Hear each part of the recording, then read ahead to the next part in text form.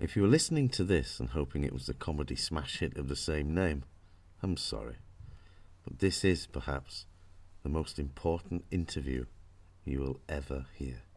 Ladies and gentlemen, I would like to welcome the ambassador to the Red Dragon family. Thank you very much. Thank you very much. Mr. Ambassador, if you could just start us off with, well, basically explaining who you are. I've been working in the system for many years, and what we call about the system is the word for the background financial and governmental system that is basically behind all the world governments that we have on the planet at this point of time. And in this structure, you have, a pyramid that you might aware of different institutions that is headed by an entity which is called the M1, which I used to work and serve under for a few years. And above that level, you have additional levels, and which is then controlled by a council, and above that, a special entity which is also called the Supreme Intelligence or the Emperor. And basically, under that structure, I've been working now for many years, and I belong to one portion of that family by blood, and also in one sense also in the lineage. I belong also to the head entity of that family. And so in the structure that we have, is many different families. And, you have European royal families, as you're familiar with, but also you had, the Russian royal families that disappeared with communism. But of course, they didn't disappear, but they lost their power for the surface. And then after that, you have also the same thing happening in China and in different countries. But these families never disappeared. They were always in the backgrounds, and they're called elders. And, they have these councils, and they're also called different dragon families, and related to the different areas. They were also sometimes given codes by the colors. And the color that, that we going under is, as we go out to the people, we called, the Red Dragon family. And that is representing red or China, or the Chinese, royal family. And basically, that's the entity that I represent, which is also what we call the Alpha Omega part of the family. Okay, and under that we have a lot of branches that reaches to many parts of the world and the different families, and they also have different colors in the code system. But of course, each color represents also a person, so it's different entities. It's a very complicated system, but it was created like that to protect these entities in the background. That is basically the caretakers for the humanity's wealth. And we try to do our best, and has been doing for generations, to try to protect these assets and use these funds for prosper humanity. Unfortunately, the old mandate that we had has done some good things too, but also failed and waged a lot of wars. And we hope that we can be able to work together with everyone to purpose this planet and bring it back into what it needs to be and what we inspire it to be. Now, Mr. Ambassador, I have to ask you, there's many conspiracy theorists in this world, and I think they're all wanting to know one thing. Are you from the family that is known as the Illuminati? No, we have to understand that the Illuminati is actually a lower range of a family. Some of them are not bloodline families. Some of them are sub-families. Some of them are servant families. And this, what we are talking about, is different type of lines of blood, because some of them are higher and some of them are lower, and is based of a lineage to the root of a tree, okay, or the source, as it's called, okay. And unfortunately, it is the Illuminati, as many people say, of the lower ranges of a family that has actually created most of the damage on the planet. And and that's sometimes also being misrepresented, because not all people involved with this type of activities share the same opinions of ideology or religions. It's widely diverse. But the European part of the family, okay, has unfortunately had a different agenda than what some parts of the Asian family has. And we can just look at the history and we can see, the evidence for that. You know? Mr. Ambassador, if I may ask you, there's been a lot of talk about so-called jubilee or the end to the financial tyranny. There'll be a new financial system. Can you explain a little more about that, perhaps? No, the important thing here is that we should first of all look what have happened in the East, and then we will look at what have happened in the West. Right now we have the BRICS nation being set put in place, and we have created, an alternative system. At the same time, we need to repurpose the old system. And a lot of people have these ideas that we're going to have mass arrests and we're going to bring down this, we're going to have major changes and so on. Like all these major changes has also a lot of major birth pains, okay? And we have to have patience and we need to repurpose everything and use the people that actually can do things good for humanity, that we want these people basically to, like we say, remit and surrender and basically just do what is best for their nations and for humanity at whole and change. And, when we're talking about Jubilee and when we talk about a situation as, redemption, and that, for example, we need to redeem ourselves. And that's basically by setting truth and being honest and do what is right for the people. And I believe that there's a lot of people in all structures in the world that basically wants to do the right thing, but because of the system is so controlled and so manipulated by certain people, they don't dare to do the right thing. That's why it's important to have a mass awakening and the understanding and to research the media and see the good things that's happening around the world and basically dare to join and to do the shift and the change. And with that, we can set humanity free. And since these entities, sense of order of surrendering and remitting has gone out, we have seen a lot of movements where things slowly is going back to the original owners and controllers. And with that, we need to repurpose and at the same time slowly control and see that the new people and the people that's going to overlook this new system, but at the same time, the old people will still be there to try to do their best to repurpose their organizations and basically do the best for humanity. And we don't gonna change it by aggression and by killing and slaughtering people like has been done in the past in revolutions. The best thing is if people will repurpose themselves and basically surrender and ask for forgiveness and move on. In some cases, people have done too much crimes against humanity and they have to be maybe forcibly removed in some shape or form. But still, majority of the people still have hope and can actually go through and transform and do the right thing. Mr. Ambassador, could I ask you, I mean, those that believe and understand that the way the world's run and the financial tyranny and the banks and so on and the people that own the banks and for those that don't fully understand how high up it goes, if these people are causing all this suffering on this planet, then how on earth are they going to be removed without an actual revolution? I can't see. Something massive must happen, perhaps, that cause the people to rebel against it. But, I mean, how can we avoid a bloody revolution, if you will? What we want to do is to make sure that certain working groups going to be repurposed into each nations.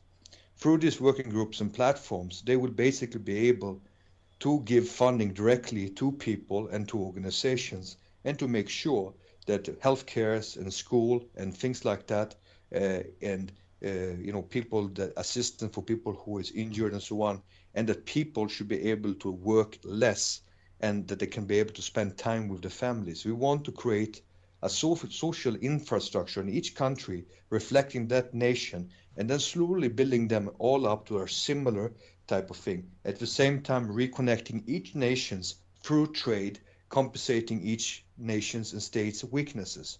And that's basically what is our agenda.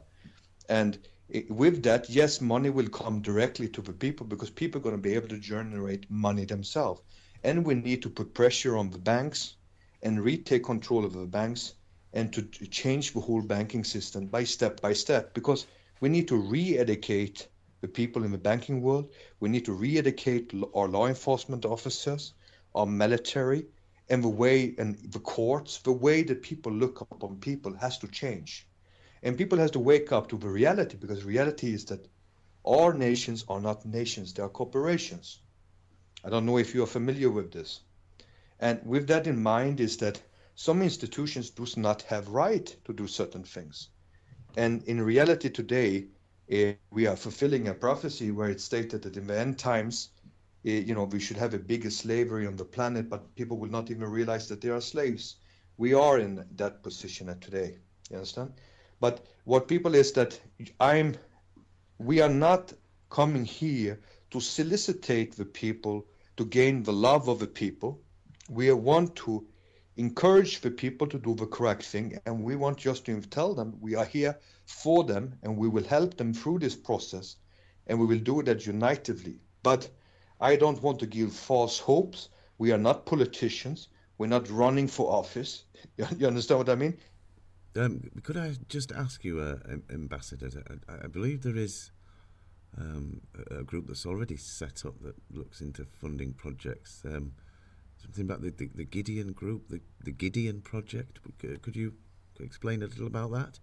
The Gideon group, okay, this is a special group that goes under the Red Dragon. And the Red Dragon is a royal family member in a very high position in the family. And he is what we can call the Shimlong of a spiritual dragon. And he has a certain responsibility inside the system. But also he has a wish to develop an army, basically, of spiritual people that he wants to have in all corners of the planet. And we have, at this point of time, we have a lot of members of that now. That is from, majority of them is from South America and United States. And most of them are pastors and priests and religious leaders, but also we have normal people there. But they're also working there spiritually, trying to neutralize the different effects of the Kabbalism, of the Kabbal system, and try to help also the communities through that. And that's another side of it, because you have a political arm of a family, which is the BRICS nations, and you have other hidden military arms like the Pentagon and other organizations. But at the same time, we have to work with the people, and that's why it's so important to develop these working groups, so that actually we, for the first time, the royal families goes and actually deal and work with the people and get the information from the people and their emotions from the people, not as it is before, that we get a report from a minister what he claims is happening in Europe. Okay, and that's very, very, very important. And one of the main reasons why I was called to go out and to speak, because we always stayed in the quiet, it was because it was too much deception, too much lies going on in this circle, too much misrepresentation, too much steering of the thing.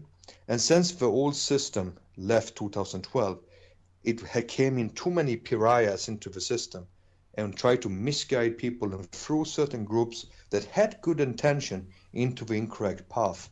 And that's why we came out and said, hey, this is the message, this is what we need, this is what we want to do, and basically come back to us, come back to your family, remit and surrender, and do the right thing.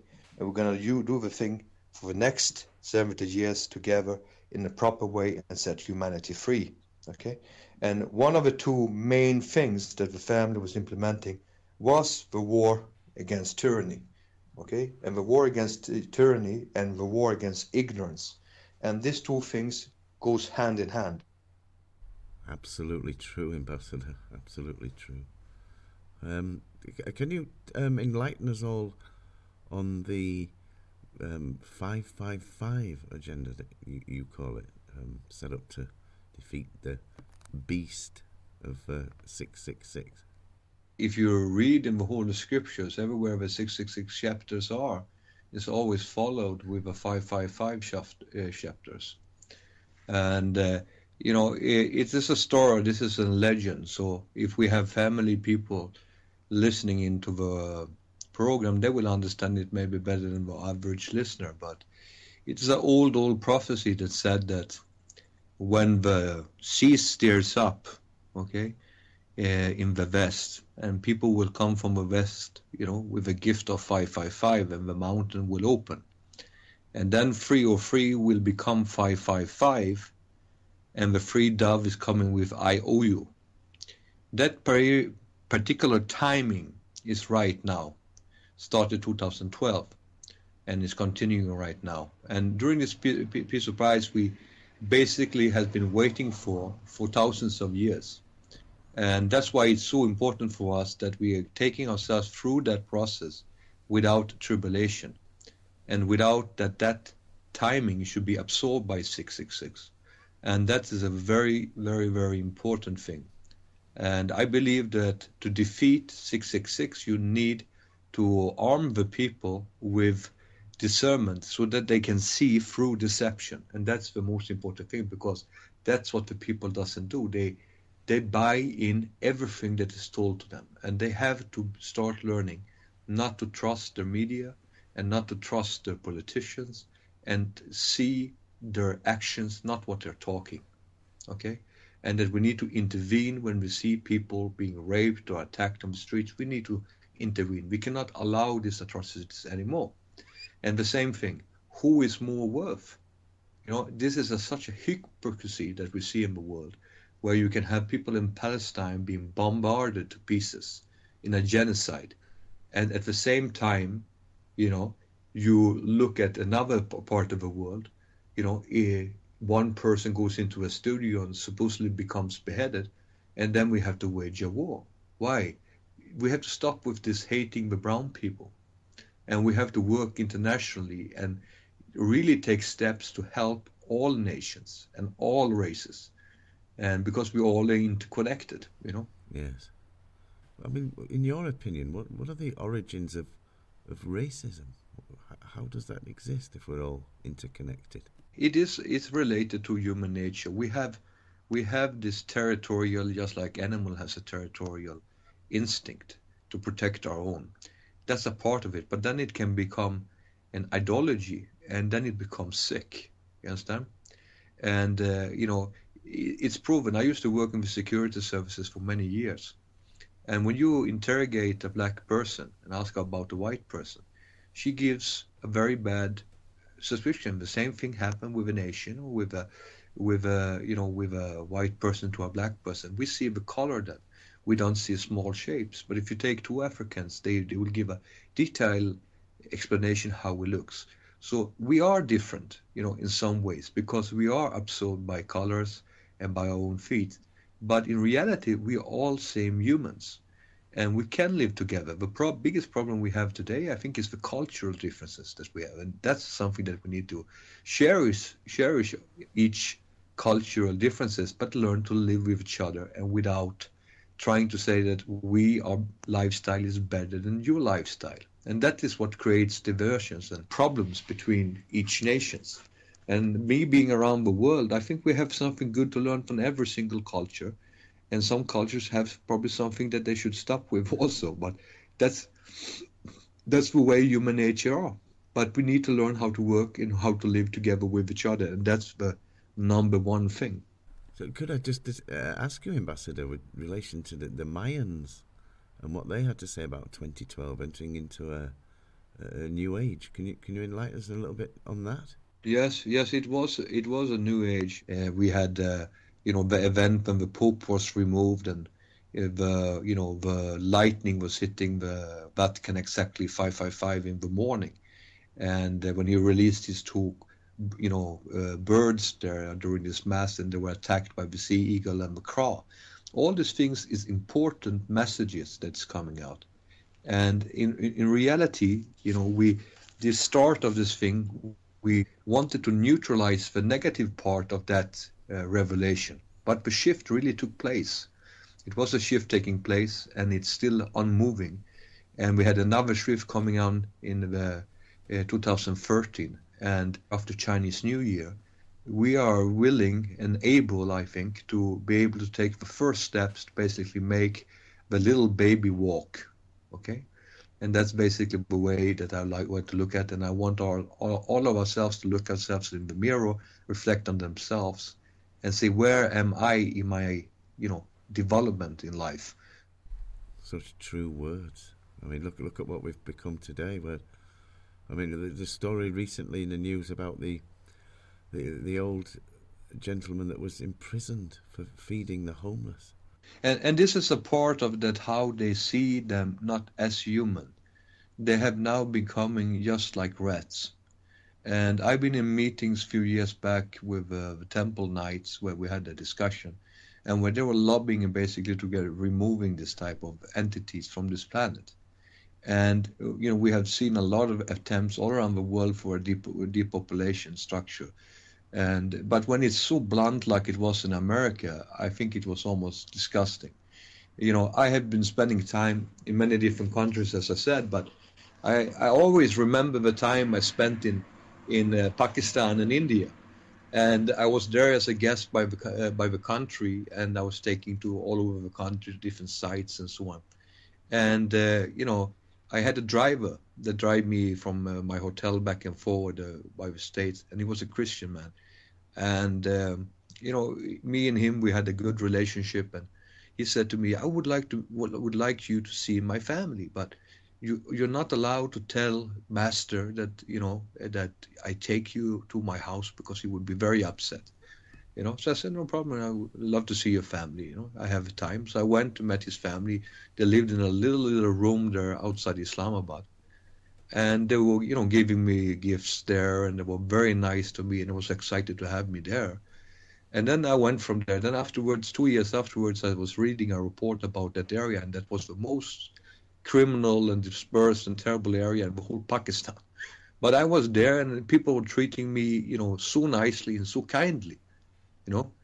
And people would say, "Oh, people go there, they will be kidnapped." No, no one kidnapped me. Everyone was, tremendously nice. And even when I was in Iran, in out of the village of Tehran, I went to some smaller villages. I had old people coming, inviting me to the houses, wanted to talk with me and bring me in to drink yogurt and things like this. Humanity, people, and many of them are poor people, they are some of the most genuine people on the planet.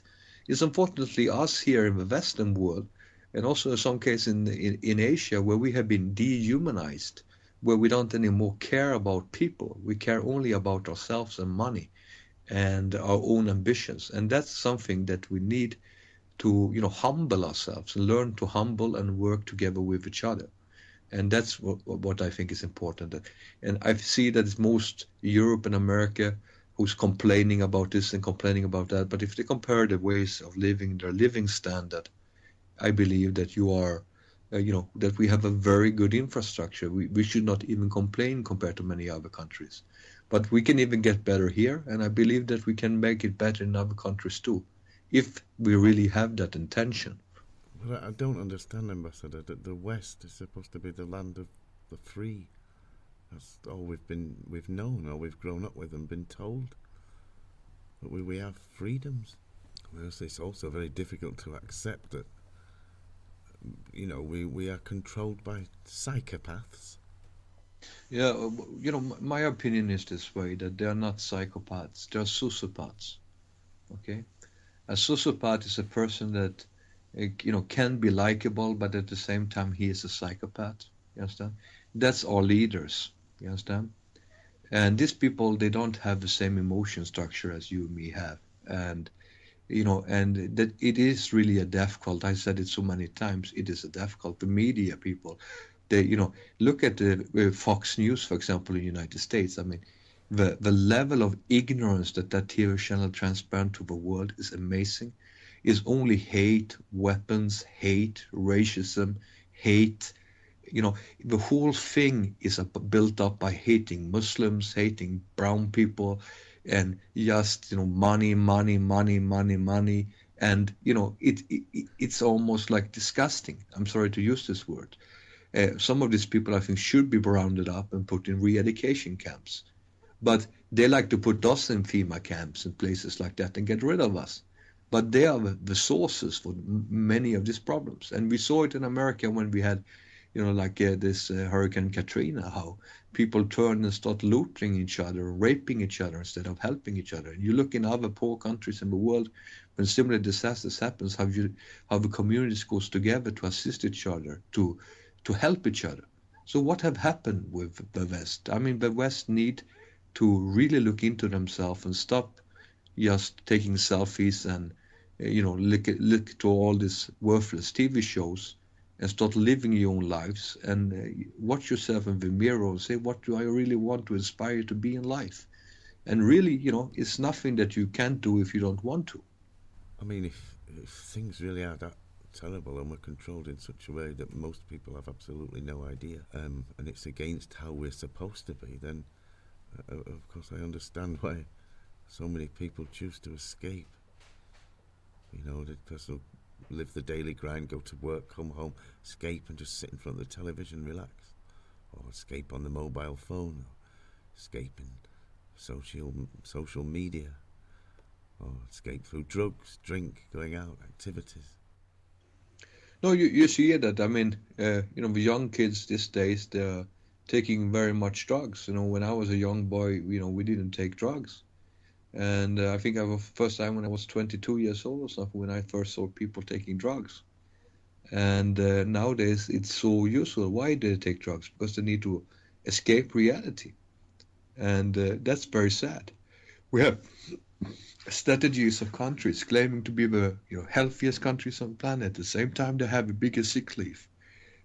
People saying, oh, we have the best country in the world, happiest people. Still, we have the highest suicide rates.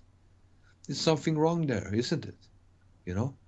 And maybe money is not happiness. You look at all these different idols, the ones that make it big and so on. They start with drugs and they come into all these problems. Why? They don't have true happiness. They don't have any good spiritual connections, with the Creator. And when they don't have that, then basically what's happening is that they will sooner or later fall to pieces. And that's why it's important for us to re-educate the educational system and basically also retell the true history of the world, which is also a big lie. Sorry, but what do you mean it's a big lie? It's a different type of beings that exist. And we are, just like in the time of Noah, this entity is back on this planet. And I have seen it from my work. I engaged it. I was a part of a research team that was engaged with these particular entities. And so they are very much real. Well, my question is, have they good intent or do they have negative intent? That's a hard thing to say because some of the stories which they say and things that they talk, for me, shows that they have bad intent. In some cases, you can see that, yeah, but maybe there is a solution that way too. But I don't think that is justifying, removing a certain amount of people from the planet that they deem not being able to transform into what type of communities that we really want to have on this planet. What? Really? Yeah, I'm sorry, but but what you've just said, I'm just trying to take it in. I have an open mind, but entities, extraterrestrial. I mean, we explain more. In the work that we had a very high up entity, which we can call a Nordic, and he was one of the Universal Soldier program, and he is an extremely intelligent being. He looks like a human, but much larger than what a human is, and his intelligence is amazing. We did the research. We were doctors and scholars and security people that was interrogating him and dealing. This is one of the head people in security services, and he's not human. And these people and different entities, there's many different entities there. Some of them, even demons or jinns are what they call. These entities was on this planet long before we came. And the flood civilization and all these different things that we talked in the past, they existed. We had higher technologies on this planet before. Supposedly we even had a nuclear war on the planet once. So, we are not as involved as our, forefathers was at one point of time. but they also failed, and then came in this thing that we have today. And now we are on the steps that will we go in the same steps as that entities did, or will we save humanity? But the planet is actually controlled and owned by both of us. And many of the elders, if you look at the cultural, you see that the Japanese emperor says that, they came from heaven. Same thing with China. Their bloodline came from heaven. Okay, and you have this Anunnaki and the different type of bloodlines, and the serpents and so on and so on. And this is also very interesting, because if you read the Bible, you read the Torah, you will see that in the Bible it says Satan, okay, was the snake. But in the Torah, serpent is the serpent. Satan had nothing to do with it. So the serpent is a completely different entity. Then you have in the Bible saying they had fallen angels, but angels doesn't fall. But in the Torah it's stated the nobles. So sometimes you need to study a lot to find the truth.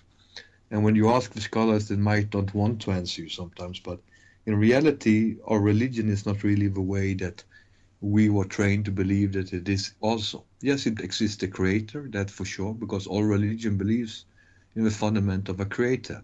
But we human beings have a fashion to make the creator a human and think that he thinks like us. But this is an entity that is everywhere and has a different consciousness that we do not have. And this entity didn't only create us, he also created these other entities that we see. So we all are living here and basically having a free will.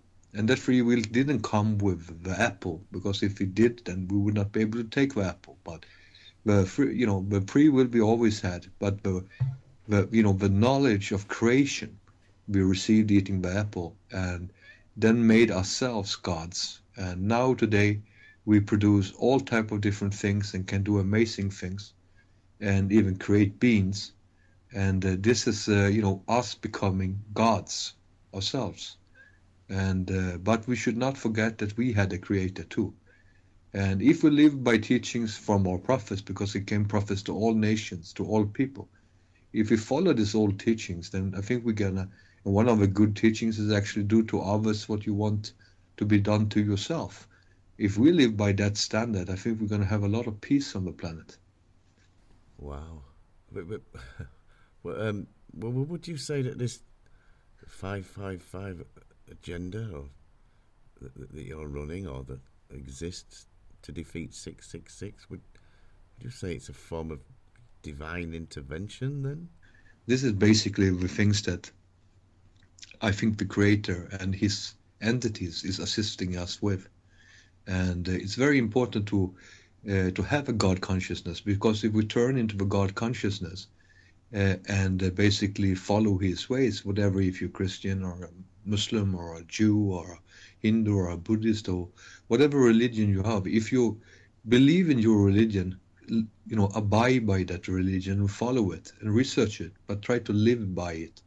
If we do that, then I think we're all going to be very, in much better shape. Unfortunately, yes, you have some religious, practices like racism, and like you have in the Hinduism and so on. But, you have good things in all religions, and we should try to live in a way that we can all live together without needing to aggress on each other and feel a threat of each other.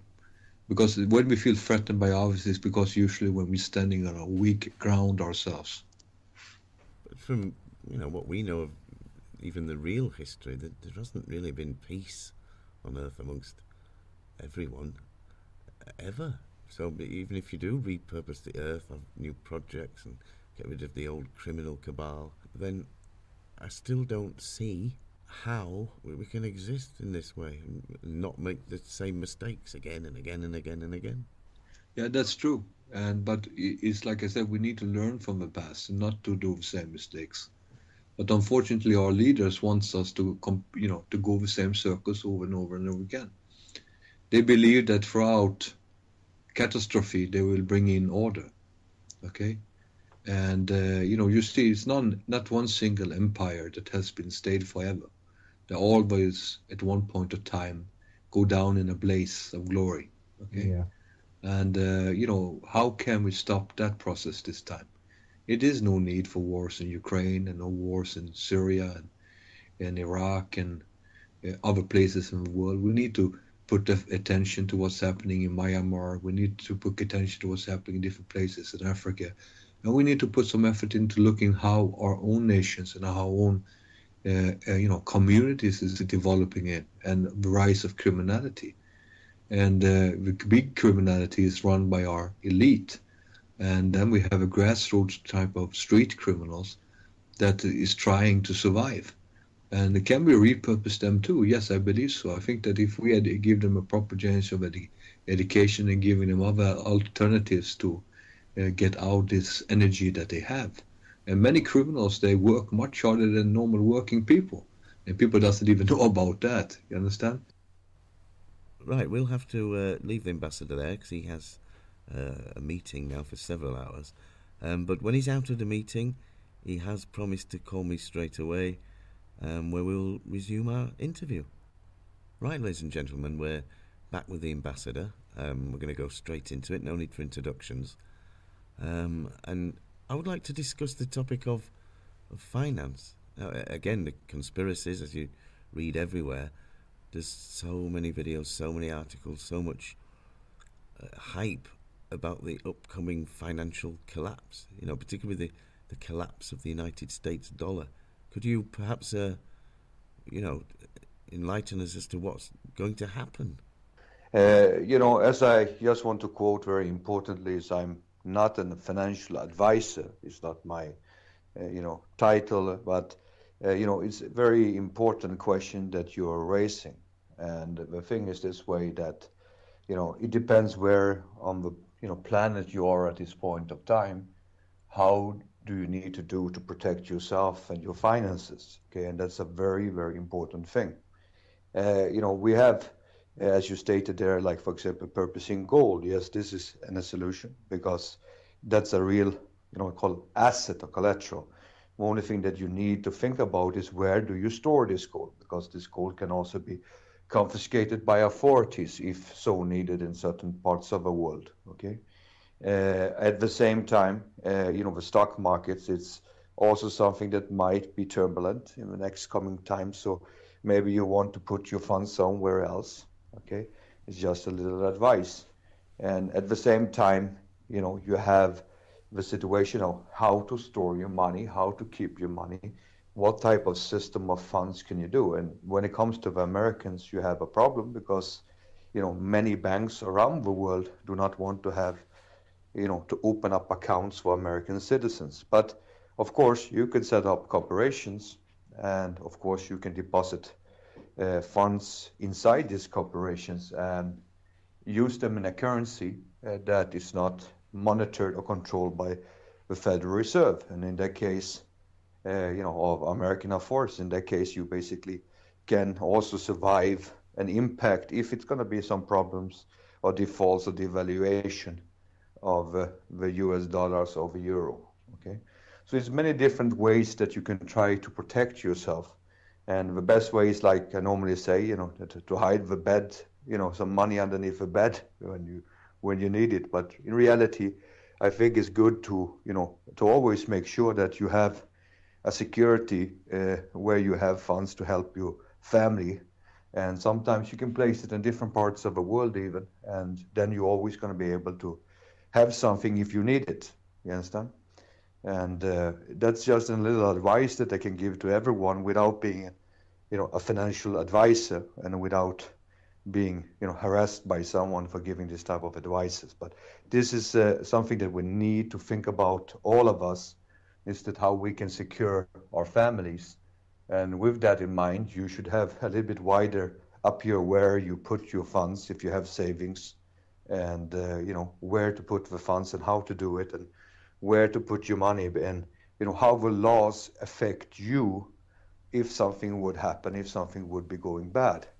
And especially with consideration of the Patriot Act and so many other acts that has been, and presidential orders in America, I think it's more important maybe than for everyone else.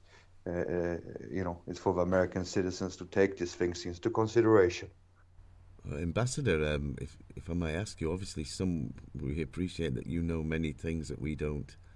So, could we get the truth from you about what exactly happened or is happening in the Ukraine? And, what was all that about? What is it all about? It's very funny that you bring up the question Ukraine because I spend a lot of hours today speaking to people in Ukraine and discussing the European and the NATO involvement with Ukraine.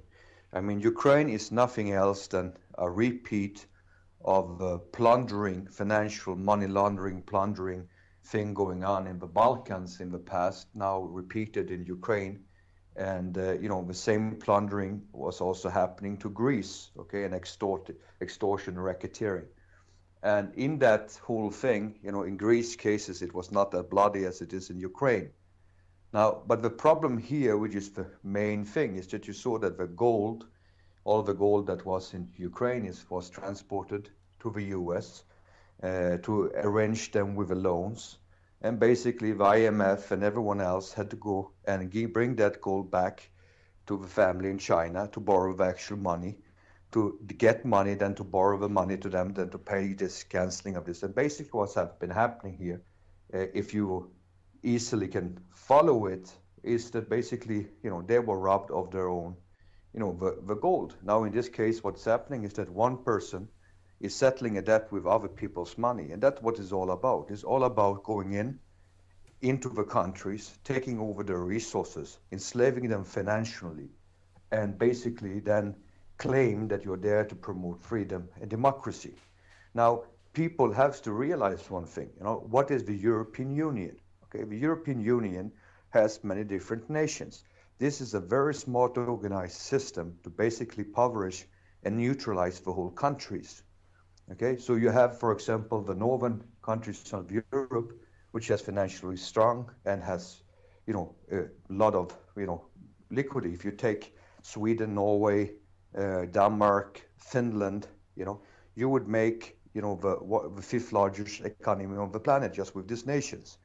Now you look at, Greece and, all East European countries and the South European countries like Spain and Italy, France and UK, they are now financially collapsed, okay? So basically what you do is that you use these weaker nations to basically impoverish like Germany and northern nations. And after a while, basically, no one will have funds anymore. And when you bring in, like the Ukrainians believe that they want to be a part of the European Union, that means that we are then going to have even one more country. They're going to assist to speed up the process of looting the wealths of the northern parts of Europe. After a while, what's going to happen is basically all the nations will be poor. The people that controls the European Union, that is not elected by people, and most people on the planet doesn't even know who is the president of the European Union, who is the leaders in the European Union. No one basically knows. And you can vote, for the people in your nations, but still the people in the European Union have the final say. And you don't even know who is these people, and you can do nothing to do anything against them on a local basis. Is this what we call democracy? This is, in reality, it's a tyranny. But we are living in an illusion of democracies. And this is what type of, retarded mindset that we want to push on other nations. Yeah, we are democratic people. We are coming with freedom, but, with this freedom, we bring war and tyranny. And then basically we impoverish you all. And in the end, you bringing more citizens, people into the nation, into the European Union. Why? Because each and every these people you can borrow on their possibility to generate funds in the future, and that's the reason why they do it. At the same time, they are using these funds, and then basically the taxpayers of the strong countries has to pay for these things. And then on the other hand, it's like I stated to the Ukrainians, what will you experience? You will experience what? Yes, that you most likely gonna not be able to get yourself out of Ukraine and move to this other area either way, because you're not gonna have the funding to make that move, and you're still gonna need to have work permits, and they will first favorize their own people. So it's gonna mean that you're gonna be working almost basically for half the salaries, black, without paying taxes, without securities, insurances, and and many women going to be forced into, almost prostitution in Germany and at red light districts in Amsterdam and other places. And that's what's going to happen. And the majority of the people, never going to experience anything very, very good with the European Union. You can just look what happened with many of the East European countries in the past. So I don't understand why someone with a common sense would like to join that union. But at the same time, you say, yeah, but Poland and Estonia and Latvia and Litauen and these places there, has been benefiting. Yes, because the nations around them are strong. And at the same time, they came in an early stage. And they had to go through all these things with all these hardships, as I tell, to work as said and living as said and second-son citizens all around the other European countries. And they've been hardworking and they've been benefiting and being brought back to that part of the world. So, but how will this now second generation of new nations coming in, how will they benefit? And that's going to be very hard because it's not that strength in Europe as it used to be in the past. So what's going to happen is the whole area going to be sooner or later isolated more and more by the cabal through the actions with NATO and United States and Europe. And finally, they're going to be so much impoverished, you're going to have a financial crisis. And what's going to happen is that, we're going to be, the third world countries working to produce things just like China and Russia and other people had to do in the past. And we're going to be the new version of a communist era because everyone's going to be neutralized. And then you're going to have a little clique of elite that's sitting and looking over and, being rich and using these people so that they can be unique, like an oligarchy. Okay. So that's the plan of the cabal. I just give it to you straight out, what they're thinking, how they're planning. And, do we want to facilitate and assist that? And then go and look at Serbia, for example. I mean, Serbia is a country that have decided not to walk in the European thing. And because they didn't walk in the European thing and now having good relations with Russia, they are the hub, even for many corporations, where goods goes before it enters into Russia. And they are basically, the whole economy is surviving due to that.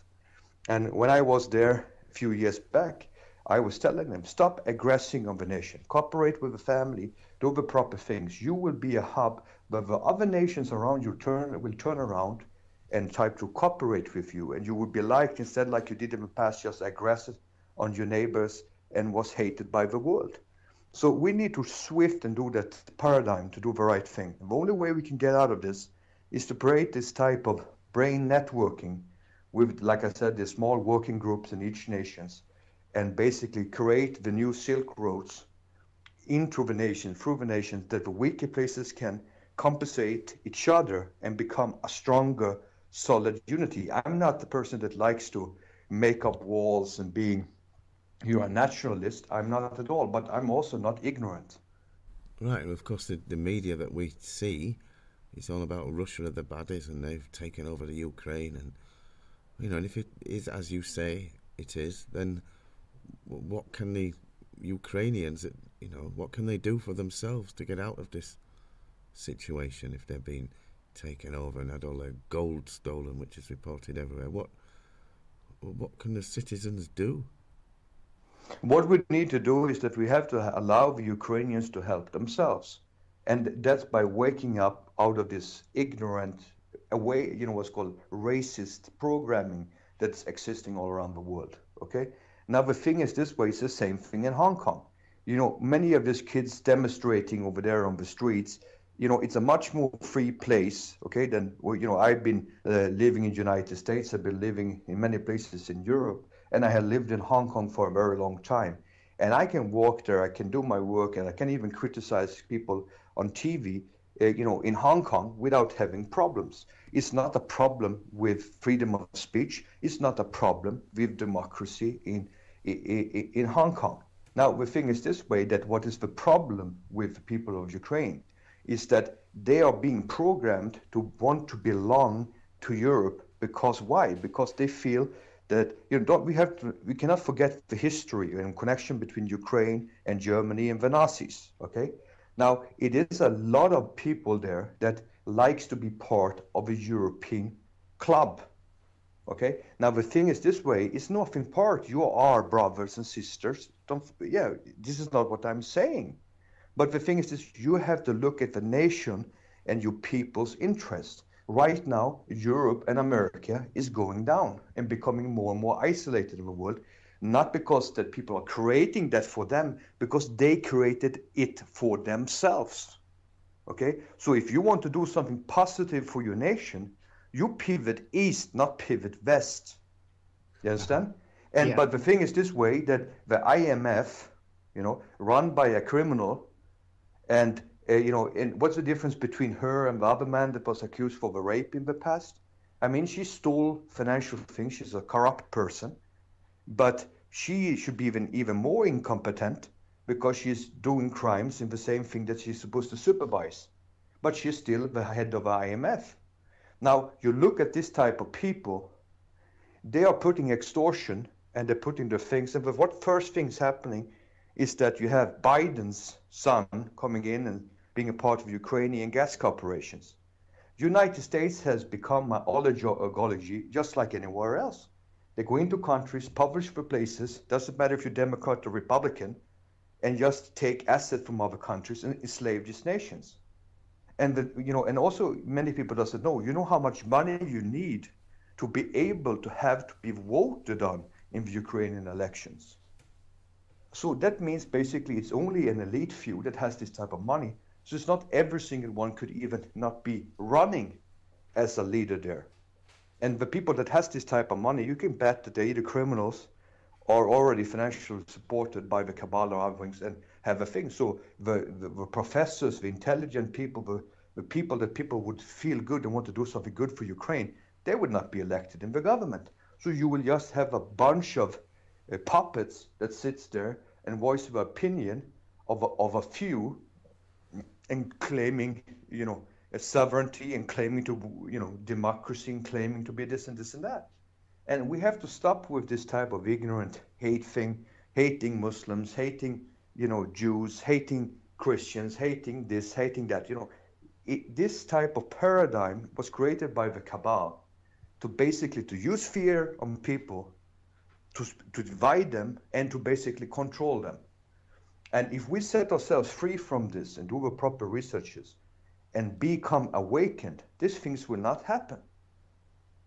And like the same thing that happened to Cyprus. So Cyprus had the possibility to get themselves out of the problem, but IMF said, no, you're not allowed to take the assistance. When they fall to pieces, they came and then the hand was closed. And you see what happened. And it's going over and over and over again. But still the people is not waking up. Okay, now we can say, yes, people are waking up. It's demonstrations all over Europe.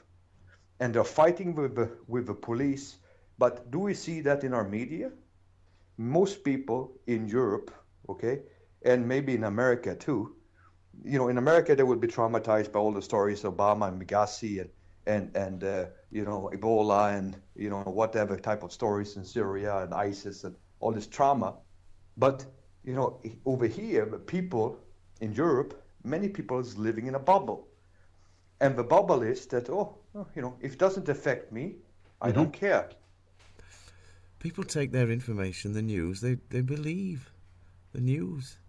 I mean, it's so difficult, I think, for your average person to suddenly turn around and say, oh, everything we've been taught, everything we watch every day is all lies. I mean, that would make them complicit. That would make them as bad as the people who are creating wars, wouldn't it? The mainstream media. Yeah, in reality, the ones that needs to be rounded up and put in prison for war crimes against humanity is actually the media people. Okay? Now, the thing is this way, they're keeping the population purposely traumatized all the time, unnecessarily. They're all the time misfeeding propaganda to people. At the same time, they're lying and they're seeing all type of atrocities going on, but they put the blind eye to it and just following their own commercial interests. By my opinion, that's a crime against humanity.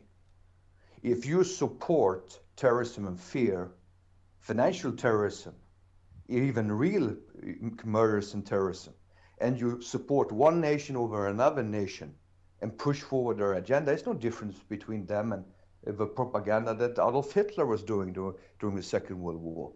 But we have to be awakened, because it's a lot of people from the cabal, it's a lot of people inside agencies and political movements that listen to what we are saying too. And I hope that this people is awakened and do what is the right thing. And the media people, that they get a spine. At this point of time, they're all like small jellyfishes, who is just keeping their hands up for another donation. And it's no difference between them and a simple prostitute. Even a prostitute of the street maybe have more respect for herself or himself than they have. And when you purposely sit and lie to people over and over again, I mean, it is a problem. When we talk about, religious doctrines, you talk about the Antichrist, you talk about, in Arabic, you say Dajjal, which means the deceiver. If you look at these things, yes, our media has a PhD in deception, and they are basically just a propaganda mouthpiece for the cabal. And basically, and many people say that, cabal this and cabal that. Yes, we can maybe use the word sociopaths for them also. That's clearly identify what, their nature. And that's why they are not imaginary. They don't know how to create themselves. They only know how to steal ideas from others. And when you go and do research, you will see that, even some of the great people was not maybe that great. Maybe they was just good thieves. And so we have to study, we have to learn. It's like when people say, the Islamic world had no contribution to science, or had no contribution to the world. That means that you are not very well educated, you're retarded. Now, well, the thing is this way, during their time, we were in the Dark Ages, and they were much far ahead than what we are. Now, we need to turn ourselves back and forward now, because the Middle East now is almost in the Dark Ages, but it's not because of their own willing, it's because they've been pushed in that direction. So the thing is this way, we have to stop this type of things and see what unites us, okay? And what's the difference between us? Because all of us, doesn't matter if you're Irish, you are Swedish, you are Arab, from different nations, or Chinese, or Japanese, or Native American, or whatever race you have, you all feel pain, you all feel hunger, you all feel love, okay? These emotions we all have, okay? So the thing is this way, in reality, we are not different. We're all the same. And so, but these psychopaths and sociopaths, they have problems with feeling emotions. That's why they don't care what happens to others. And so we need to think that how can we get out these sociopaths and psychopaths out of our midst and basically disempower them. And that's what's going to be able to trigger the repurposing of the planet that we so much need. And that's why all of us is responsible for contributing to that, and not sitting and hoping for a spaceship to come and rapture us, because that's another part of the thing that they're programmed us with religion, with an easy escape. Even blowing up the planet is an escape, not need to deal with the consequences of what you have created for yourself. Okay? Well, that's so much to take in. I mean, a lot of us know that the system there's something wrong with it, but to find out that it's false, if you will, is just whoa. I mean, it's very interesting to see that there's actually a hierarchy or a structure that's actually out there and real and above what any of us even knew existed. I mean, the thing is, Ambassador, that your average person who goes about their daily life, then they're not going to be able to contemplate. They're just another crazy or whatever. So I mean, how are you different? Why should everybody believe you and what you're saying? And what is it particularly about you and the Red Dragon family themselves that stand out? That are more credible, shall we say, than anyone else who's out there supposedly telling us the truth. I mean, there's a gentleman, the former head of Forbes magazine, Asia Pacific, Ben Fulford, who was a journalist there, who's now a conspiracy writer, if you will, or truther, or whatever you want to call him. And he's with a particular entity known as the White Dragon family. I mean, what's this white, red, blue? What is it all about? Also, another thing with Benjamin Fulford is that he said, right before the Olympics that the cabal had been defeated. Well, here we are in 2015, false flag or terror attack, whichever your belief follows, is still happening. People are still poor. There's racism, wars. That was over 2 years ago. He was saying this. Oh, what is the main different thing is this, that with all respect to Benjamin Fulford, okay, is that first of all, he belongs to another part of the family than what we do. The colors represent areas, okay, and is basically more than codes than reality, okay, if you understand what I mean. So the thing is this way, if you say, for example, the red dragon, okay, that represent, in our case, red represent China, dragon represent the royal family, okay. Now the white dragon, okay, in itself is an entity in the system. Yes, it happened. And also, I don't want people to sit and think here that I'm some type of person mouthpiecing and supporting Benjamin, but I have to be truthful. I have seen him for years, okay, what he's doing. And some of the things that he's been doing has been very, very good. Sometimes he has been making statements that has not been fulfilled. And I have a possibility to verify everything that really goes on in the system. And sometimes he has been accused for being wrong when he hasn't been wrong. But also what people has to realize is that the sources that give information to Benjamin Fulford might deceive him. So he's not purposely lying to the people or misquoting things. He's just retelling what someone else is telling to him. And in some cases, maybe he should use more discernment and verifying the sources before he releases it. But I think that he comes from a side of a good heart where he actually really likes to help the people. Okay, so I have actually, in that regard, I have all my fullest respect from him, even though that me and him do not work together, and we have unfortunately never met, even though our families engaging each other, on regular basis. Okay, and also the situation is this way that and people has been on me with other people like my occupation. Okay, my background is from the security services. My work is to do research. My work is to study criminals. My work was to supervise criminals and psychopaths and being educated in criminal psychology and different things and counterterrorism and organized crime and stuff things like that. And the worst criminals on the planet, unfortunately, is our governments. And it takes a time for us, to come to that realization. But in my work, I learned a lot before I came into the position where I am today, and I was never a politician, okay? So in relation to that, I never learned to lie. So I'm not a professional liar like most politicians are. And the thing is this way, is that when we came in, when you are selected for certain type of things, you are selected because of your background and because of your qualities and because of your spirit. I had to go through a lot of terrible things in my life to come to the place where I am today. But what it did was it basically formed me to the person where I am, and that's why we are speaking together with each other today.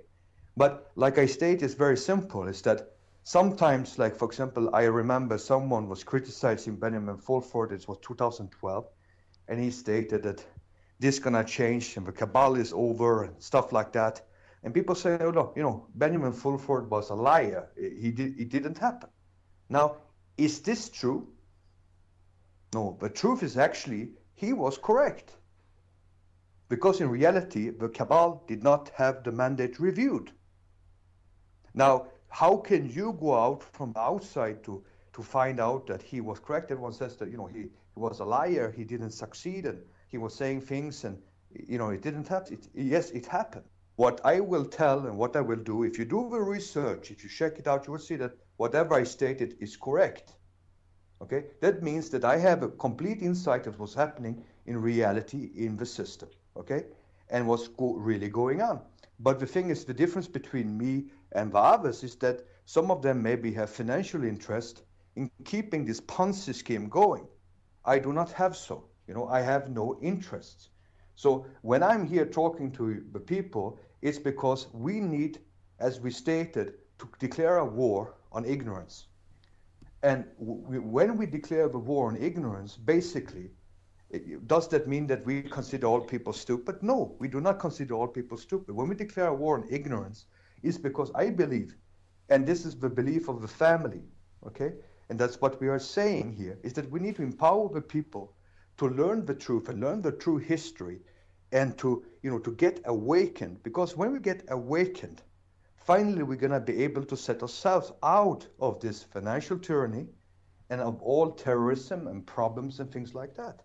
All these problems that we, if, for example, if you put kids in Palestine, okay, and you put a real Islamic scholar in their midst and teach them Islam and teach them, education and teach them a trade, teach them something, do you think that they're going to want to run around and blow themselves up? Yeah?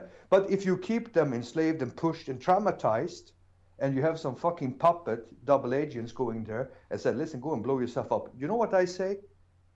If you believe it's correct to blow yourself up, show good example, blow yourself up first, and I will follow you. And none of these fucking hypocrites has the guts to do it because they know very well they're going to go straight to hell.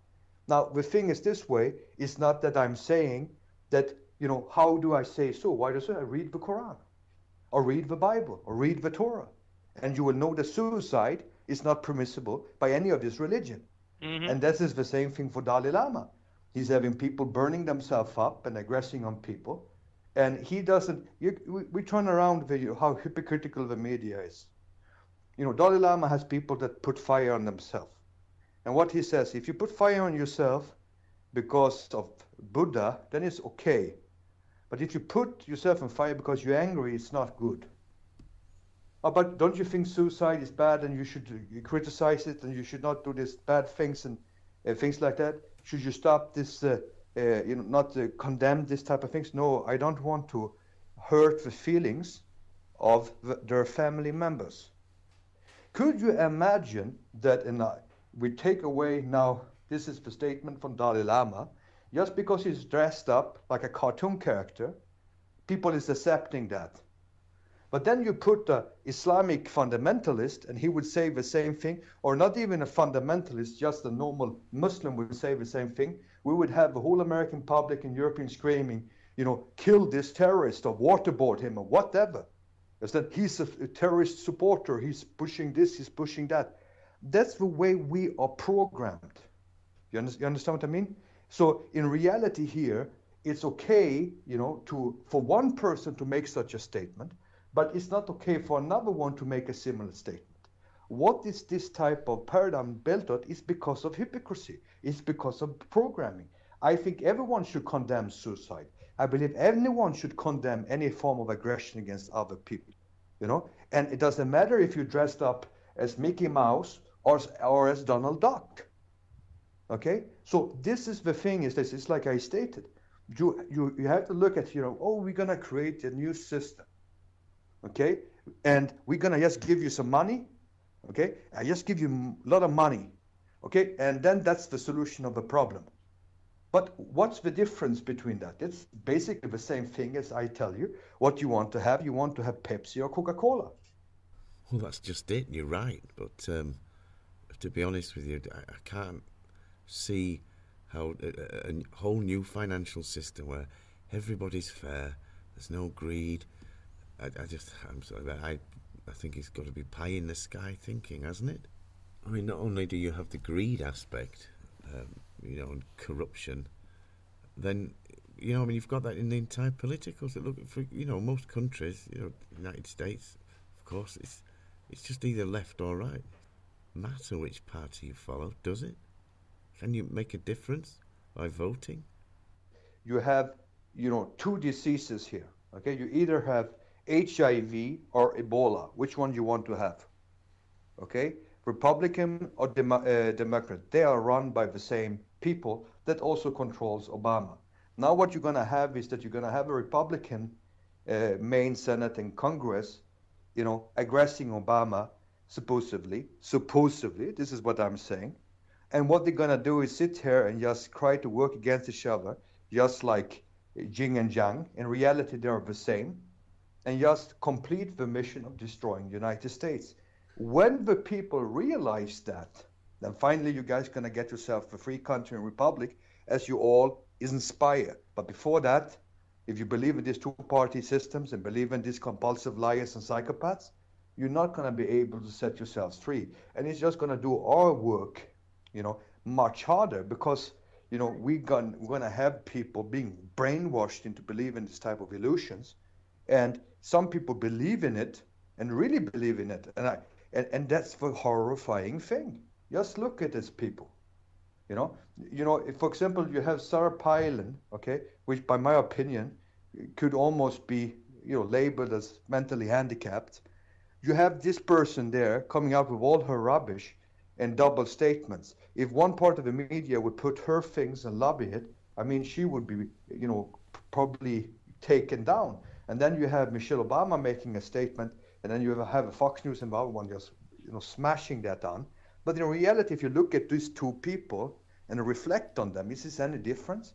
Both of them are the same, made by the same fucking grain, and that's the problem. So we have to set ourselves out of this type of problem. Then we're gonna find ourselves a truth and possibility. Yes, I think new party people that dares to tell the truth, people that really wants to do the changes, people should unite behind them and create new parties and new structures. And I think it's time to leave this old paradigm that we have been brainwashed to believe in for so long. We have to put that aside, and we need to do our best to enlighten the people to that reality. Could I ask you, Ambassador, what with regards to finance, what is the situation? I've heard about that there are different coloured screens that refer to the global accounts, like a blue screen, black screen. What is that all about? The thing is with the screens, okay, from the black screen to the gray screen to the blue screen and what we call white screen, which is the normal things that we are doing every single day today. I don't know how much that helps the people, the public, to understand these particular different security levels on the different screens.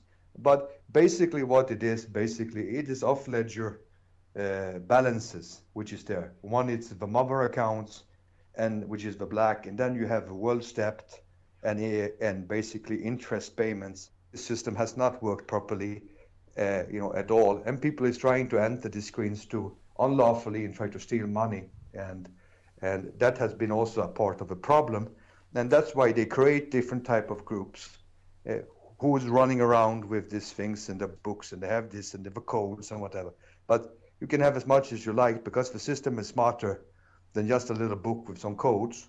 It has a very dynamic setup, and basically with that situation intact, we have been able for all these years to protect these assets. And it's not only gold and money which is on the screens, also historical assets like things that you can read about in the Bible and similar type of things. So this is basically what is reality. If I would go into this, it would be a long subject, you understand? But it's like I stated it, the small technical things I don't think gonna change the world, but it's good. Every form of knowledge is awakening people. I've been sitting with heads of banks who doesn't even know what the screens are. Okay, I never heard about it. But it's just certain levels and the central banks and certain big banks that has this capacity, and they have a special division working with this type of thing. And you have to have a quite high clearance to be able to come and work with this type of things. And at the same time, it is the M1 together with other people that needs to be there to execute and to do this type of transactions. And these funds are there for humanity, and it's not there to big the buckets and give money to private people. The whole tyrannous financial system that we seem to live in today, is it over? Is there a new one coming that's going to be fair for everybody? Humanity and the other nations around the world had enough of this extortion. So in reality, what we're doing here is that, yes, we're going to have a new reserve currency. The reserve currency is basically there as a money reserve for the planet. They're going to be controlled by certain entities in the family that are not corrupted, and it's not going to be misused. But the situation is this way. It was not only that the US Federal Reserve note was a federal or a reserve note, it was also that you were forced to deal with it. But here you're going to have a basket, which means that it's not just a racketeering going on here, that you're going to be able to do it, but that you're going to be able to deal and make a transaction in any type of currency as you like without having to buy the dollar first and doing that exchange before you're going to be able to do the transaction. And that's a way to liberate the world against financial tyranny. So to make all these things took time, and people doesn't realize you don't create the BRICS, the BRICS system and all these other things that has been now done. It's not happening overnight. This is a system that has been developed for a long time. It's a game plan that has been developed for a long time, and that's why I'm trying to say that many things that we are seeing in the world has been pre-planned for a very, very long time. Okay, and with that in mind, okay, I believe that it's important also for people to have a basket of currencies themselves too, and to realize that some portion of this easy money that was created in the past for the elite is not going to be there anymore. I mean, it's just incredible what you're saying. How false this system is that we live in. Yeah, this is very important to make this statement. That it's very important for us, okay, as people, to realize that what's happening in the world, okay, and to do the research and to do the findings, okay. When you see a lot of these groups that comes out and organizations and groups, it becomes almost like a cult, and they always have an agenda, okay. Now, the difference with us is that we do not have an agenda. We are not offering people something, okay, because we are already giving to the people. And what we want to do and what we want to make the shift is basically a shift of consciousness. This is the time of blossoming Buddha, okay? And what do we say, what do we mean with that? That's basically meaning that we are, in the consciousness, okay, coming to a higher level frequency, okay?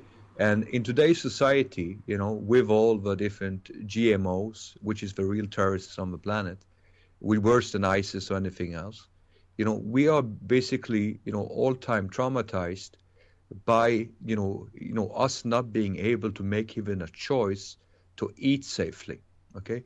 And we were only species on the planet that purposely kill our own children. And that's how sick and twisted humanity has been. But the important thing for us to realize, to be able to set ourselves free, is that we have to get rid of this escape mentality that humanity has had through their doctrines of religion and through everything that we do. We want the spaceship to rapture us, and we want Jesus to come and basically rapture us before the tribulation, and we want everyone to come and save us, but we don't want to take responsibility to change our own fate, and that's basically what is the problem here. Can I just say, Ambassador, if you have access to all this wealth and offering funding, and that there is funds for humanity, then why can't the people have it? If that's not too much an obvious question to ask. Okay, the solution is this way, is that if you give infusion to money to people, and how many times have you not made these choices yourself? I have done it, so I know that it reflects on myself. Is I receive a huge lump of funds, okay? In my previous consciousness, I liked something, I bought it. And I didn't take consideration into what actually was the worth of what I spent it, okay? Now, in today's life that I basically had to evolve into, I'm much more careful in what I spend my money on. I'm not anymore a materialist as I used to be in the past. But still, a part of that programming comes through me every single day. Yes, I used to live in big villas. Yes, I used to drive extremely fancy cars. I used to go around with 70,000 euro on my left hand. Okay? And when in today's reality, traveling around the world and seeing how little funds can make a great impact on people, I think that is almost an insult to these people for me to go around with this type of things. So I made a conscious decision myself to donate these things to humanitarian things. And basically that's my consciousness. I don't say that everyone has to be like me. But the system, the new system that's coming, is what's the difference with it that is not anyone talking about? Because you hear people stating, we're going to release the funds, and when we release the funds, we're going to use the trading platforms, we're going to create money, and we're going to do projects, and we're going to set humanity free and give, free energy to the people, and so on and so on. That's not the solution. Because the solution today that the world banking system is doing is that the whole system of banking is building upon creating debt, okay? And to put people in bigger debts, but basically people sooner or later can never pay off. What we need to do is to shift that paradigm in trading off the debts of the people, okay? So you have to have a system where you basically do this type of trading that used to do in the past, which people call trading programs, PPP, or private placements, which this is shorthand for, or high yield programs, whatever it is. It's basically we need to create a system where we basically, when we do trade, when we do things, and create things for projects, that we are settling the personal debt of the people, and sooner after later we're going to pay. Basically, we are paying off your debt, and we are liberating you from the slavery. But as long as we have a slavery system in the financial system as it's built by today, by hundreds of years of the cabal banking or psychopathic type of banking, it's only programmed to enslave people, to put them in more debt. And what do, when you don't have more money? You take out a credit. And most people live on credit. When people drive around in a car, you have a very nice car, but how much of this car money is your money? In reality, this is another thing. They are trading your debt. So the bank probably have already received the money for your car. They don't have a problem. In reality, they have already made the money on your car, but they will continue to keep you enslaved for 10 years. And before that comes, it goes 3 years, you change a little bit of a car and you want that new change. And then you're going to take that in, you're going to have still a debt from the old one and add more debt on yourself. So what's happening is in that way, we have a system that basically keep ourselves always in debt and keep ourselves always enslaved. And it's like it's stated in the Bible, the one that you owes your debt is basically your master. So that means that basically in reality, you are a slave. And if you read, a statement by the Prophet Muhammad, he stated that in the end times, people will have the biggest slavery on the planet, and people will not even know that they are slaves. And that's true, and that's what's happening right now. And also, like, we have to go to other great prophets, like, the Messiah Jesus, when he stated that, that you have, you have the situation here that he wanted to remove the priesthood, he wanted to take away the trading in the temple. And have anyone listened to that? Of course they haven't. But also the most important thing that he stated was also the thing that, if you look at your actions, okay, can basically take the years away of tribulation. I don't know if you know this quote from the Bible, that basically by your actions you can shorten the years of tribulation. In all end time prophecies, whichever religion you go into, you will always find that there's always one way to stop God's punishments, okay, and to find a way out of it.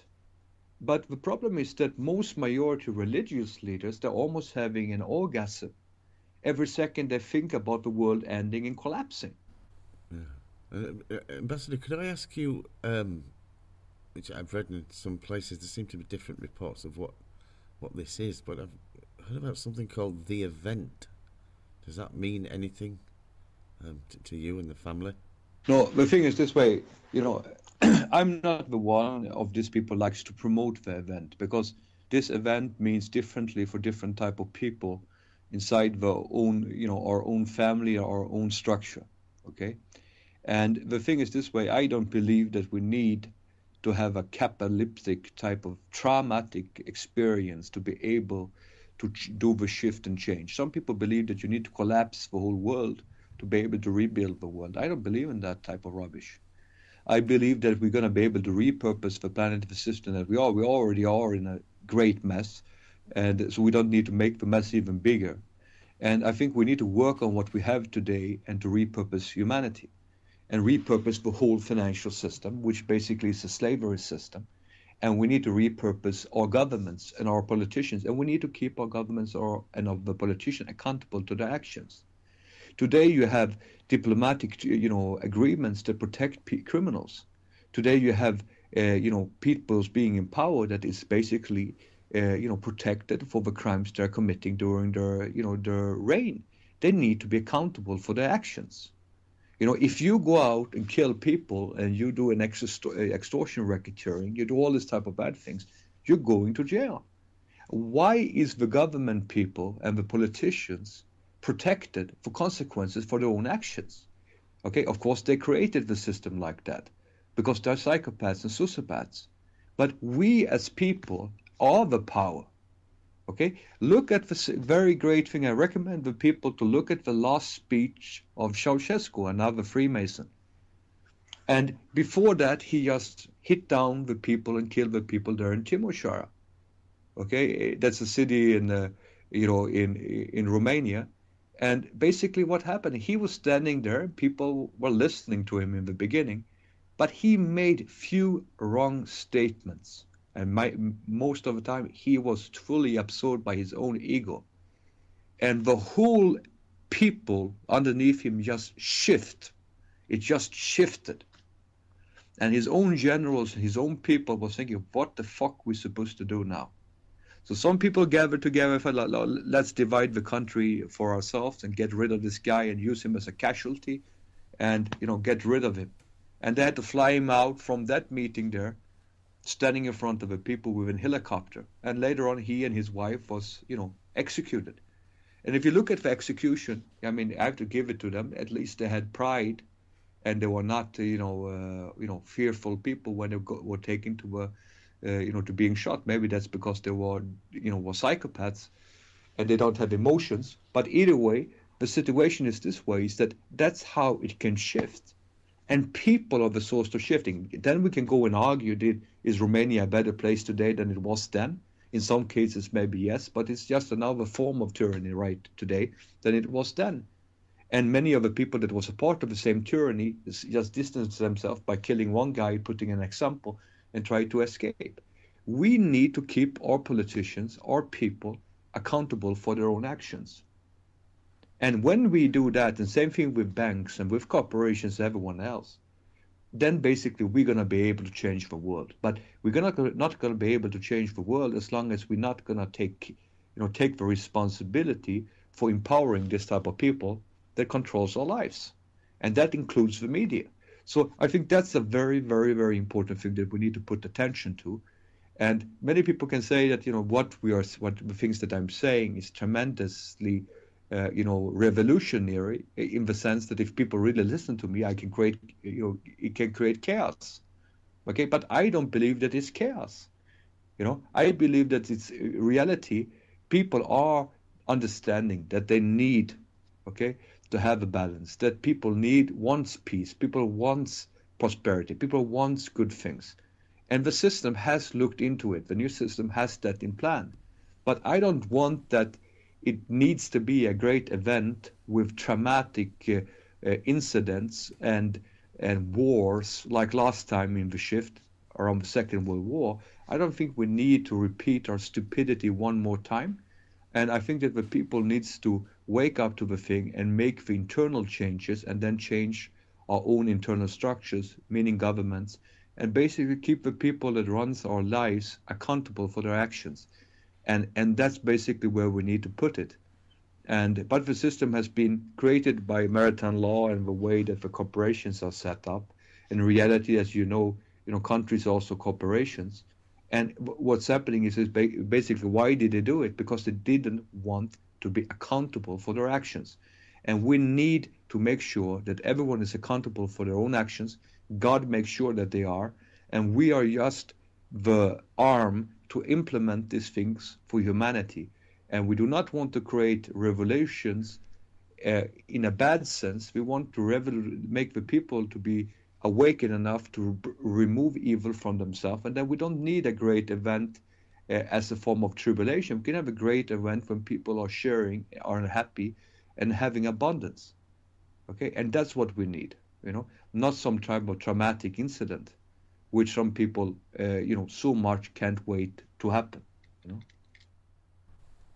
So this new system, what do you suggest we use to combat evil and also the disinformation within some forms of religion?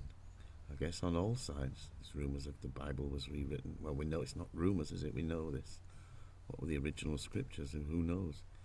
But with regards to combating evil and the aspects of religion, Yeah, the thing is this way. We that's the reason why they have, we have this, project with the Gideon team, and that's the reason why we have other type of spiritual type of programs. We're dealing on things in two different levels here. We have the political arms, which is the governments, and which is different constellations like the BRICS alliance and as like United Nations. I really hope that United Nations should be a United Nation for the first time in the history, and really work for something positive. But to make that happen, it means that all nations of the world should be able to have their opinion heard, not just 5 nations that are the same people. And this is basically what is the situation also in the spiritual range, is that there's a lot of people, but maybe going to be upset with me because why I'm saying that, but there's a lot of false religions. Okay, and what do I mean with false religions? I mean, the reason is this way: if you go in and study any type of religious book, you will come to the same conclusion that yes, it is a creator, yes, it exists spiritual beings, yes, it existed prophets. Okay, but many of these books is not written by God himself, it's written by humans. And during years, it has been translated and words been put into books, and religions has been based in the past. Religion was not preached from the book, it was preached by the word of a priest who did it, and sometimes happening in the other religious things too, and people doesn't know even what the religion even represent. If you go out, you should do this one day, for the radio program, go and interview people on the street, ask them the first question, which religion you belong to, either say Christian or whatever it will be, and then you ask them, could you please explain something about your religion? Could you explain for me, who was this person? What was his word? What was the impact of his teachings? And you will realize that majority of the people, 99% of the people, doesn't know a shit. And that's the thing all around the world. But if we awaken ourselves to reality and see through the deceptions, which is also in our religious teachings, we're going to be able to be liberated ourselves. But the essence of the message is what's important. I can sit and focus, and like the media do, they claim, I ask you a very simple question: do you know how old was Mary when she was getting pregnant with Jesus? Actually, no. I'm personally, I've not read the Bible, so I don't know. But there's rumours that Joseph was much older than Mary. I don't know what. No, but please enlighten us. Yeah, yes. I mean, she supposedly was 12 years old, and when he was born, he was 13. She was 13. Now, does anyone know what was the age of Joseph? No. I actually have no idea. I guess it wouldn't be unusual in those days for there to be an age gap, or her to be younger than maybe what you thought. He was above 70.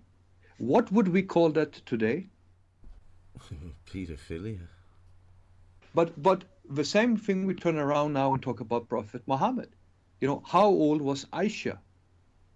Okay, she was also a very, very young girl, and everyone goes and says that Prophet Muhammad was a pedophile.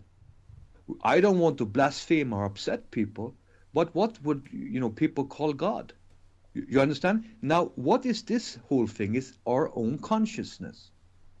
We can aggress some people, call them names, and throw things out of ignorance, and we build up a beautiful picture of Jesus and Mary and all the people, and it was a love relationship or whatever. You understand? But if we go deep into the history of things, it's gonna be a different thing. You have a totally different image because in that part of the world, at that point of time, life was different from what it is today. And even in this world today, different people are involving in different reasons, and people are marrying of different reasons. Not everyone marries because of love. But in relation to paedophilia, in a way that's been talked about, with satanic abuse and the occult and Westminster and all these rumours of high secret society sacrifices and so on and so on. But where does this Satanism and paedophilia that seems to be so prevalent at the top, where does it actually originate from? Is it, I say it, is it a tradition of sorts? Yeah, yes, it is a tradition, and it is a spiritual programming, and it has to do with this different type of, when we talk about the Cabal, okay, what does Cabal means? It means secrecy. It means like secret, occult type of religious practices that was done by, was learned in Egypt and was kept in Babylon and was kept by some mystics inside the Judaism religion. It's later on implemented by the Temple Knights and other secret societies around the world. In reality, when you look at the church, they reversed everything. Like you see ISIS now and Horus, and you study that thing, you will see that's the same story actually as Jesus and Mary. And then you have a Chinese thing, you have, the Jade Emperor, and then you have the Queens of Heaven. That's the same entities. It's the same stories in different cultures just repeating themselves. Who was the Jasadis? Okay, Jasadis, okay, did, pray to the peacock angel. But who is this peacock angel? It was the angel that refused to bow down to Adam, to the creation. That is in some religious scriptures, we would say Satan. Okay? So in reality, they believe in him. So the thing is this way, you have a lot of different type of religious doctrines that is basically claiming to be something, but in reality is pushing a satanic agenda. Okay? And this is a part of a deception. And when we are realizing this type of things and really appreciate, like for example, if you read the Bible or read the study, I have been blessed by able to study a lot of literature that is not allowed to the normal public. And I have seen evidence for things that are not been allowed to see. One day, some of the pictures of certain things that normal people are not allowed to see or have not been seeing. So the reality is that we are actually living in an illusion in a Disneyland created by our masters. And the reality, what's happening in the world and what it is not as we believe it to be. And when we realize that, and then basically a lot of these shackles that has been put on us will be released.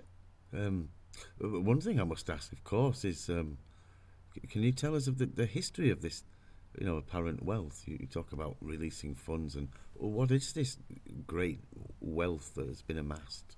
Basically, the way that it has been going on, it's through centuries, thousands of years, and it has been shifts of, transfers of gold.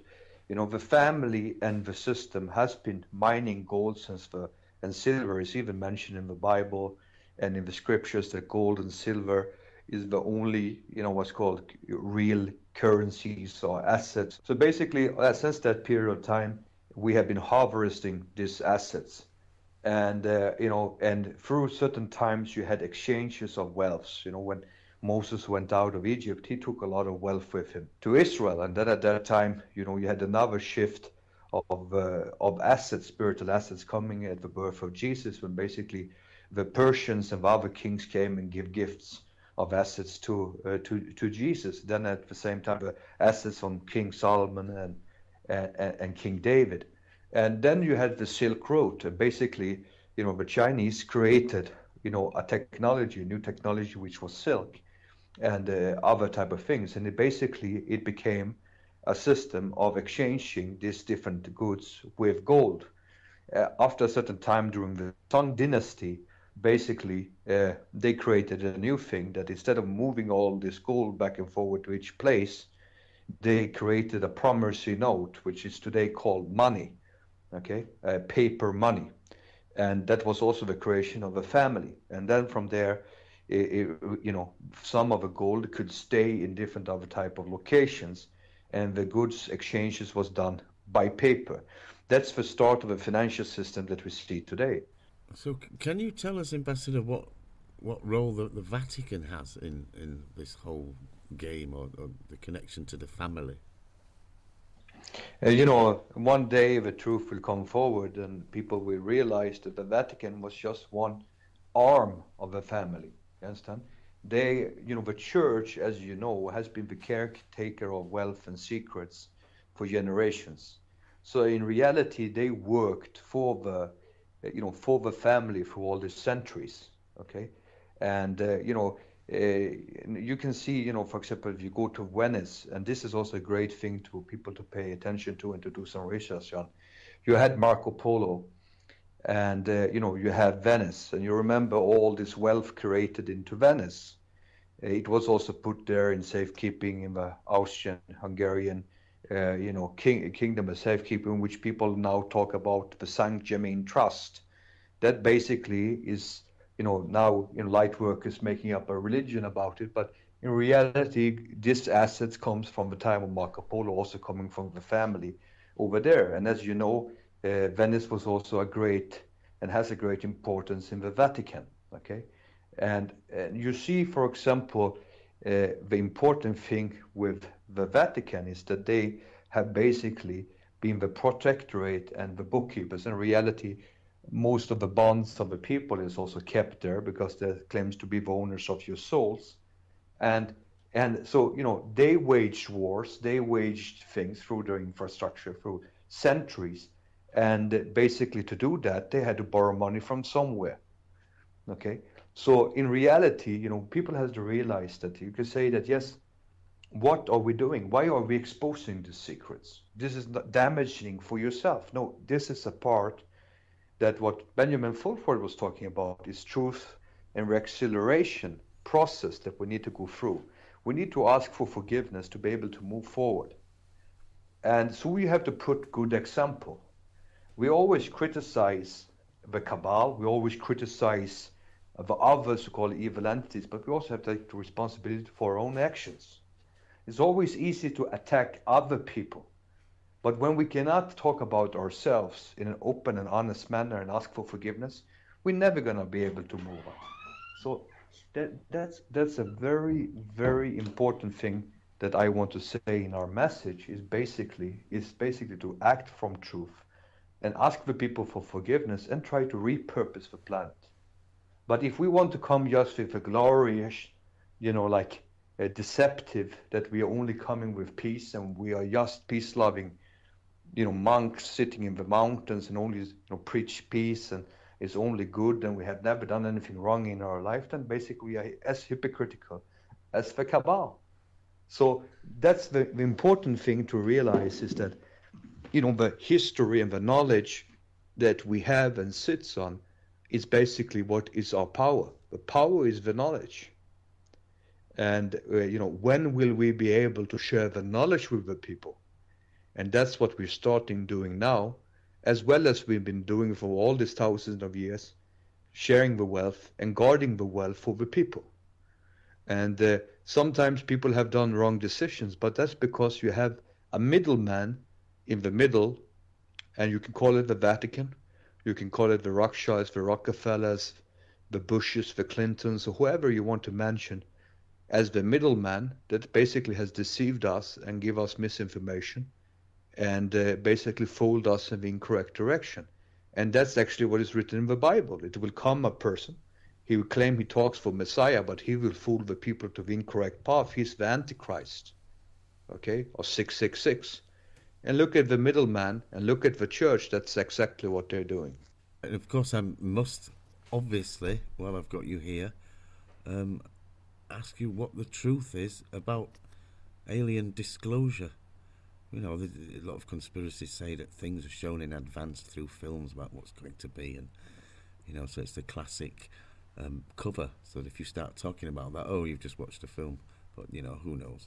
I have an open mind to most things, and I trust in my intellect, my wisdom, and my instincts, really.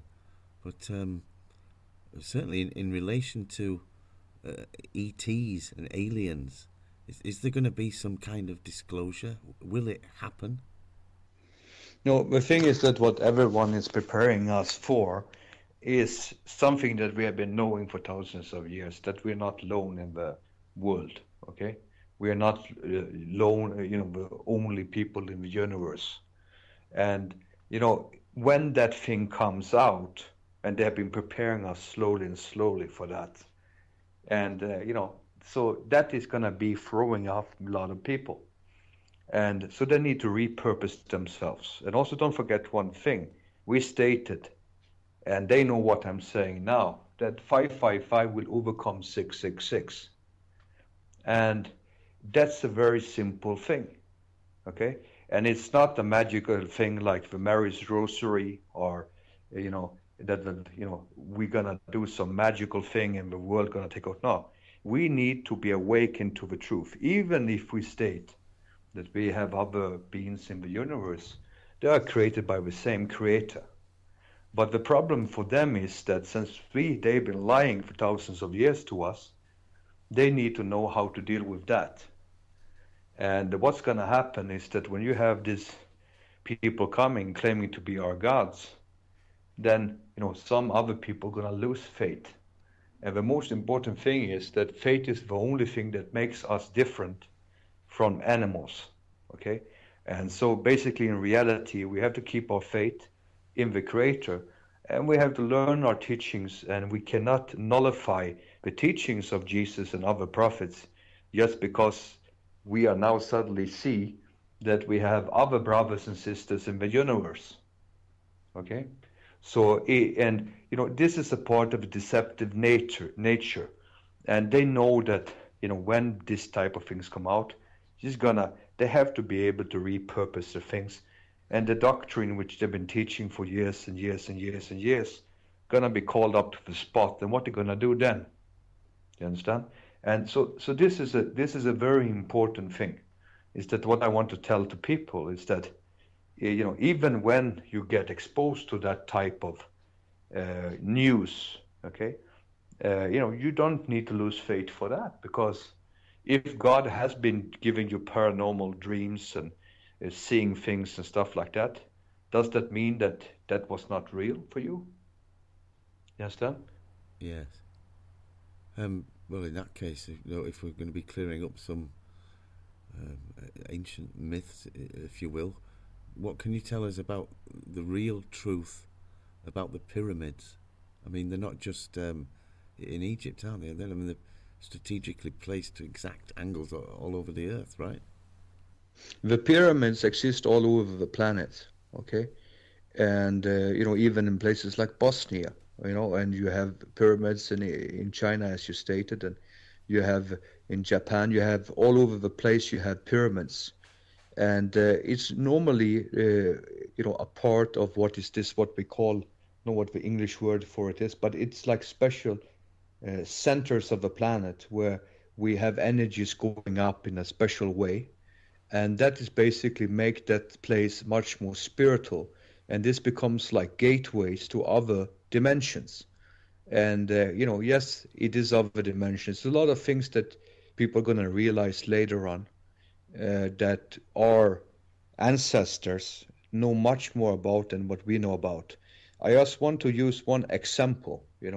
I studied, the Torah, I studied the Bible, I studied the Quran, I studied the Buddhist and Hindu scriptures. I studied a lot of scriptures and other things that people are not allowed to read. But I just want to make a very interesting assessment. If you read the Quran, is it explained in detail how an embryo is looking? Okay, in detail how the embryo is looking. Now the question is this way: how could an illiterate man in Arabia know how that was looking? If you look at all the scientific evidence which is in the Quran, which is now proven by our scientists to be truth, and people can get Nobel Prize for it. It was already written in this book. over 1,600 years ago. So the thing is this way, was that divinely told to him? Or is it that it comes back from, an advanced knowledge? Yes, we have an advanced knowledge. I believe that everyone has a certain communication with God and, or the Creator. The thing is this way, this is what I'm stating to us, that we are waking up to things that we call news, that is not news, that people, our ancestors, know already years ago. Well, I mean, if many religions are a lie or concocted to have a different agenda, then I wonder that they're atheists. Perhaps they're just skeptics. So, I mean, but in that respect, is there a creator then? The thing is this way, when you look at the evidence, yes, it is a creator. Yes, it is things that we do not understand. Things doesn't happening and we should. But the problem is, like when we were eating the apple, what happened was not that we received a free will. That's just a bullshit, deceptional story. Because if we didn't have free will, we could not eat the apple. But the situation here, which is the problem, okay, is that when we eat the apple, suddenly we start creating. We became gods ourselves. And that's why we always want to make God an image of us, not that God made us in his image. We want to make God in our image, and we want to be a creator just like God. And that's the problem with humanity, is that we want to alterate the natural law of God. And when we do that, we get terrible reflections back on us. And that's why all these problems that we have when we try to alterate with nature, when we want to control nature, that is not for us to control, it's the creator that controls it. And when we go against the creator, we create chaos. So basically, we have to stop playing gods, okay? And that's the most important thing. And that's what we see in many religious doctrines, is that it's all about making the creation a creator, okay? And instead of worshiping the creator, we're worshiping the creation, okay? And that's a part of a deceptive nature that we all are living in, okay? And God is not, like we want to say, a man or a woman or this and this and that. This is an internal energy that is everywhere. But God is not in everyone. God is everywhere. Because if God is in me, I have a lot of faults and bad things. And I'm in no way divine. You understand what I mean? Yeah, I like the analogy of, people worshipping the creation as opposed to the creator. Yeah, but I get my energy from him, and I can communicate with him. So this is what the people needs to inspire to, is to worship the creator. And it's not to be a slave of a creator, it's to be his servant. And by being his servant of the planet, okay, we're gonna take care of our planets. And we need to go back to the same respect that some elders all around the world had for the earth and had for nature and have for other people. We need to go back to that and stop worshiping the creations, because that's what we're doing. We're worshiping our cars. We are worshiping the money. We are worshiping, our houses. We're worshiping our own image, and we even want to change our own image to fit our own agenda, and that makes us the all-time ambition of being gods. And we need to accept that we are a creation and be happy with what we have. And it's like the same thing with people. I'm not here to overshine other people or to talk badly about people. I want people to unite. And the important thing here is, like I stated, it's like no person, okay, is perfect. We all have errors. You understand? But the most important thing is that we have to be awakened to our own weaknesses and our own misbehaviors, and to change that. Because you see, look at people, how we are. You buy a new car. What will people say? You have a new car. Okay, what they will say? Oh, you have a very nice car, but I don't like the rims on that car. Okay? You have a very beautiful daughter, but she's a little bit slutty. Okay? Or you have a very nice son, but he's not good in mathematics. Okay? What we need to learn is to say, God bless you. Okay? When you find the people getting a gift or having something nice, don't envy him, bless him. Because when you bless him, God will reward you with the same thing. But if you have envy in your heart, you create only negative energy to the person. In reality, you curse him and you curse yourself by envy. And this is a very important thing for humanity to be awakened to. Okay? And that's basically to watch ourselves in the mirrors, like I said, reflect on ourselves and try to do the best to our brothers. Do to others as you want people to be done to you. If we live with that, yes, then we can remove a lot of laws on the planet. But in reality, people only want things to go do good things for themselves. They don't care about others. So we need to start caring about others. And look what happened in Florida with this poor man that was now arrested, getting 2 months prison for feeding homeless. I think that the people in Florida and people that put that law in place in America that makes it illegal to feed homeless people, all of these people should be rounded up by American authorities and thrown in jail for crimes against humanity. And if they don't do that, it means in reality that you people support terrorists and support people that doesn't have any regards for humanity. And they are not even having the essence. What is this? We have to punish people that feed homeless people, that people has the food. That means that you're actually saying, if you're coming that bad, that you don't have a house, that you don't have money, and you have no food, you're not worthy to live. And that's against all international conventions as I know it, and international law, and even common sense. I know, it really is disgraceful. What have we become? My heart goes out to the guy that was actually arrested for trying to feed, 80 odd years old himself, and then resisting court orders and having to go to prison for trying to feed people who can't even afford to eat.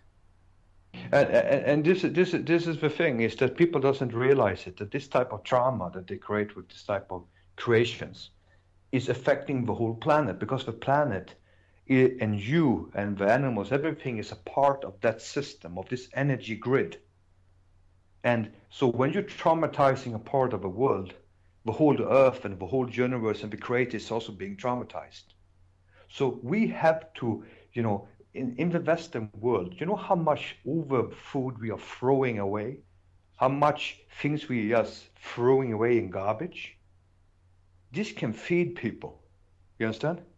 And now you're having laws implemented in the world of the free world, or whatever you want to call this creation, called United States, saying it is illegal to feed hungry and homeless people. Shame on you, I say to the people behind that, and the people that also allow it to be implemented. And these police officers who claims that they're supposed to above law, I think they should hang up their badges and basically, go to prison, the whole crew, because they are the ones implementing this type of tyranny on people. But when the people are not waking up to these things, and when people doesn't care about these things, and they're allowing an old man in 8 years old to go to prison for such a thing, he is an example for humanity. He is an example for, how ugly the world is. Well, the problem is that, the greed and the selfishness in the world today, that people just aren't bothered. Too many people aren't bothered, too wrapped up in themselves.